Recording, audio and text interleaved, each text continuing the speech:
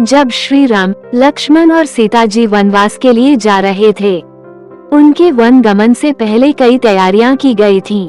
पौराणिक कहानियों के अनुसार वन गमन से पहले एक हवन किया गया था, जिसमें उन्हें राजकाज जिम्मेदारियों से मुक्त रखते हुए एक साधारण वनवासी के जीवन को जीने के लिए प्रण दिलवाया गया था।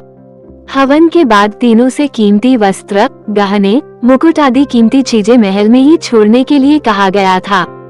भगवान श्री राम, लक्ष्मण और सीता जी जब वनवास जा रहे थे, तो उससे पहले तीनों ने अपनी कीमती चीजों को दान स्वरूप प्रजा के बीच बांट दिया था। इसके बाद उन्होंने अपने हिस्से का अन्न भी गरीबों में बांट दिया था, क्योंकि एक साधारण वनवासी की तरह तीनों को महल से कुछ भी ले जाने की अनुमति नहीं थी। यही कारण था कि श्री राम, लक्ष्मण जी और सीता जी महल से अपनी प्रिय वस्तु तक नहीं ले जा सकते थे। वनवास शुरू होने से पहले श्री राम, लक्ष्मण जी और सीता माता जी ऋषि अत्रि के आश्रम में गए थे।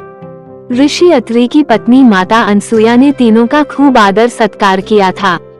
जब ऋषि अत्रि और माता अनसुया को पता चला कि श्री राम, लक्ष्मण और देवी सीता 14 वर्षों के वनवास के लिए जाने वाले हैं, तो माता अनसुया ने सीता माता को एक दिव्य साड़ी दी थी। इस साड़ी का रंग पीला था। माता अनसुया ने जो साड़ी सीता जी को दी थी, उसमें सबसे खास बात ये थी कि ये दिव्य कभी मैली नहीं होती थी और ना ही फटती थी। ये साड़ी हमेशा चमकदार बनी रहती थी।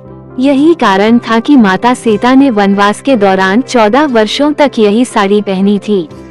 14 वर्षों तक भी यह साड़ी बिल्कुल नई जैसी ही बनी रही थी।